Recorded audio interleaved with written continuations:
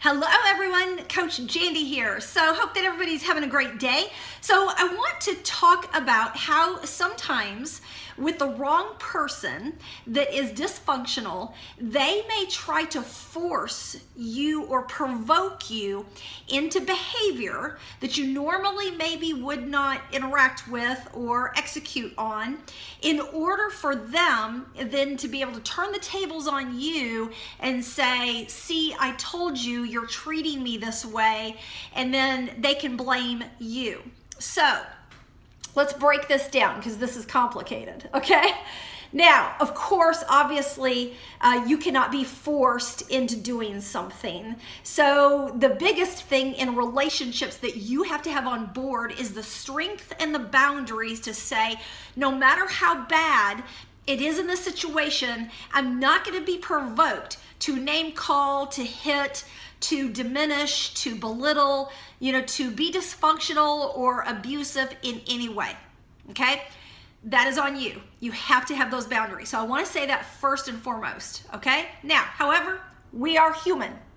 So sometimes we can be around an individual, and because they have sabotage capabilities in them, because maybe they feel unworthy, unlovable, not enough, all of those internal messages, a lot of times what they do is they will get into relationships with people, whether they're healthy or unhealthy, and they will start to provoke that person. They'll use behavior to start arguments or, conflict or, even belittling themselves towards that person to try to pull you in order to weaken you so that then you start abusing them in the way that they were abused as a child, or the way that they're provoking you, so then they can turn on you and say, see, you are like such and such, I can't trust people, I can't, whatever. And they will then put the blame on you. Now, again, you are responsible for reacting or not reacting. So at the end of the day, you have to be able to walk away and say, I'm not going to engage in this. But it's really hard to do. When you really love somebody, you've grown to like that person, sometimes you don't see it coming. You really don't. It's so subtle at first that it just kind of blindsides you, and all of a sudden you're acting out. You're starting to cuss at them, or you're starting to name call, or you're starting to be somewhat abusive in a way that you're not used to, and you're like, what is going on? And you start adapting to that environment. That is a big red flag. Danger, danger, Will Robinson, So be very careful and watch for people's provoking behaviors.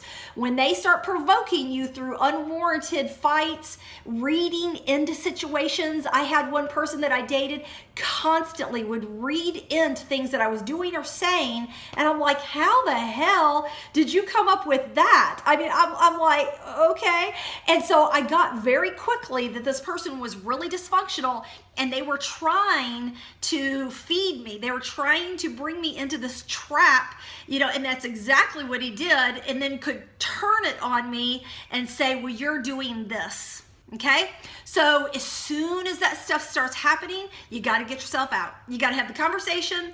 If it fixes itself very quickly, okay, maybe it was an anomaly, but usually I find that it's not. Usually you just got to get the heck on out of there. Okay, so be very careful of that. If you find yourself starting to do behavior, saying things and acting in ways that is normally not you, you may be being provoked in that way. Okay, it is possible, but have strong boundaries. So in order to do that, check me out, CoachJandy.com. I work with boundaries a lot and help people in that realm. You can also check out some of my videos that I have talked about boundaries on YouTube.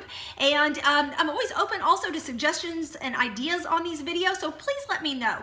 But anyway, today, step up.